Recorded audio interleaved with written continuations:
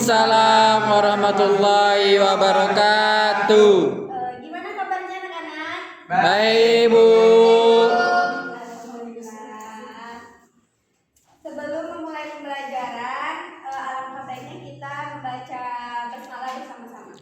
Bismillahirrahmanirrahim. Siapa yang nggak hadir hari ini? Joni, Bu. Kenapa dia? Sakit. Oke, sakit. Selebihnya masuk ya? Masuk, Bu. Api dah masuk, Bu. Oke. Hari ini kita akan belajar tentang fikih, yaitu materinya toharoh dan bersuci. Sebelumnya ada yang tahu nggak apa itu bersuci? Tidak tahu, Bu. Tawaran itu apa, Bu? Oke. Ibu akan menjelaskan apa itu najis dan hadas. Apa itu najis dan hadas? Sebelumnya ada tahu nggak apa itu najis dan hadas? Tidak, Bu. Oke. Najis itu adalah kotoran fisik yang menempel pada badan, pakaian atau tempat ibadah seperti darah, air kencing, atau nanah yang wajib dihilangkan wujud fisik, warna, bau, dan rasanya. Sedangkan kalau hadas itu adalah status hukum tidak suci pada diri seseorang karena sebab tertentu seperti kentut atau keluarnya jinabah. Tidak berwujud fisik melainkan disucikan lewat ibadah wudu atau mandi wajib. Itu seperti buang air kecil dan buang air besar. Baiklah, selanjutnya itu macam-macam najis itu ada 3. Yang pertama itu ada najis mukhafafah. Najis mukhafafah itu adalah najis ringan, memiliki kelonggaran cara pembersihan karena karakteristiknya yang ringan dan bersumber khusus. Yang kedua itu ada mutawasithah, yaitu najis sedang, dan yang ketiga itu adalah najis mukhaladhah, yang najis berat. Baik, ini adalah penjelasan dari najis mukhafafah. Saudari Ica bisa dibaca? Najis mukhafafah atau najis ringan, sebab dan tata cara mensucikan. Contoh utamanya yaitu air kencing bayi laki-laki berumur kurang dari 2 tahun yang hanya mengkonsumsi air susu ibu atau ASI.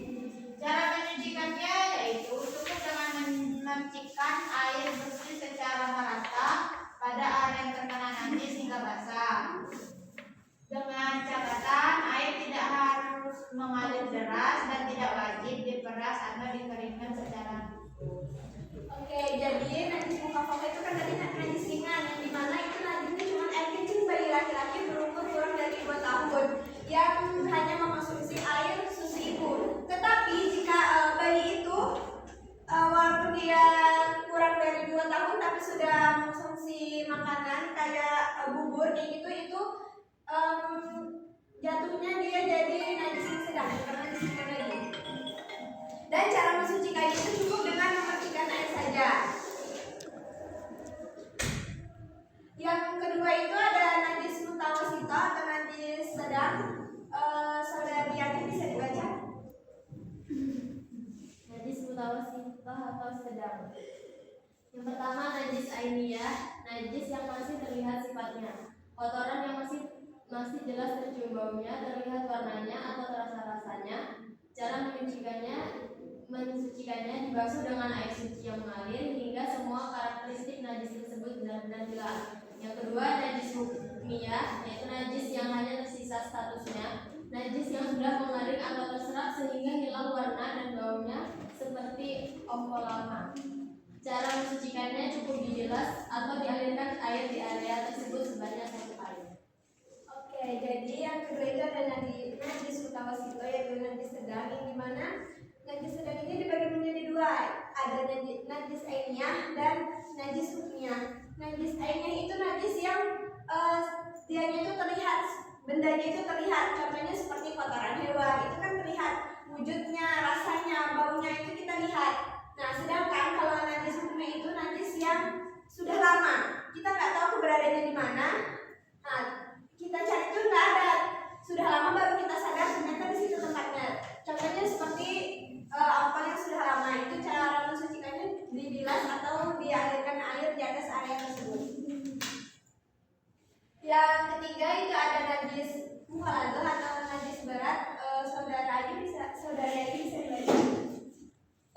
mukhalado atau najis yang berat. Nah, najis ini berasal dari jilatan, air liur, urin, kotoran atau bagian tubuh anjing dan babi harus disucikan dengan aturan syariat yang ketat. Nah, cara membasuhnya 7 kali dengan cara membasuh bagian yang terkena najis sebanyak 7 kali dengan air yang mengalir. Kemudian campurannya yaitu salah satunya dibasuh antara keduanya itu dengan tanah atau debu yang suci.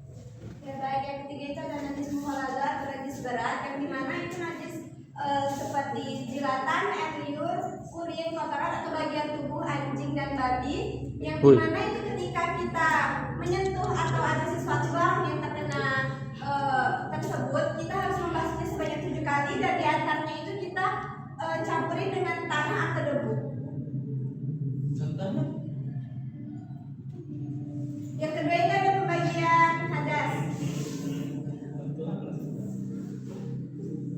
Yang pertama itu ada hadas kecil dan cara berwudu.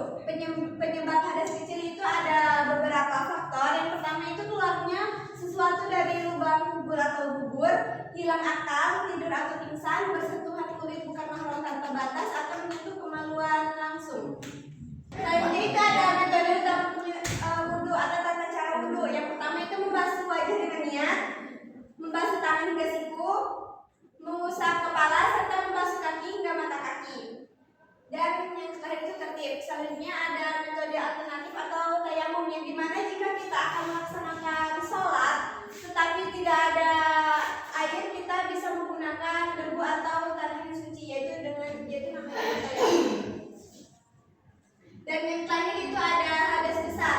Hadas besar terjadi karena berhubungan suami istri, keluarnya air mani, selesainya masa haid atau nifas, atau setelah melahirkan, serta meninggal dunia. Cara mensucikannya harus melakukan mandi wajib. Caranya adalah membasahi seluruh tubuh dari ujung rambut hingga kaki, serta merata seraya berniat menghilangkan hadas besar. Baiklah, cuman ini yang bisa ibu sampaikan. Di antara kalian ada yang bisa menyimpulkan nggak materi kita hari ini? Ya baik, terhadap saudara Liliani. Jadi kesimpulan dari pelajaran hari ini yaitu tentang najis. Najis adalah kotoran yang harus dibersihkan dari badan, pakaian atau tempat sebelum sholat. Ada 3 macam najis, yaitu mukhafafah, najis ringan seperti kencing bayi laki-laki. Caranya cukup dipercikan air. Ada juga mutawasito yang sedang seperti darah dan kotoran, harus dihilangkan lalu dicuci sampai bersih. Ada mukhaladah yang berat seperti air liur anjing dan babi yang harus dibasuh sebanyak 7 kali dan salah satunya pakai tanah. Ada juga hadas adalah keadaan tidak suci pada diri kita. Hadas kecil seperti buang angin atau kencing yang bersucinya cukup dengan berwudu. Dan hadas besar seperti junub atau haid yang dibersihkan dengan cara mandi wajib. Baiklah, dengan berakhirnya materi kita pada siang hari ini, berakhirlah pelajaran kita. Ibu ada sedikit soal itu besok dikumpul ya minggu depan. Siap, Bu. Kirim ke grup. Ya. Baiklah, Ibu akhiri. Wassalamualaikum warahmatullahi wabarakatuh. Waalaikumsalam warahmatullahi wabarakatuh.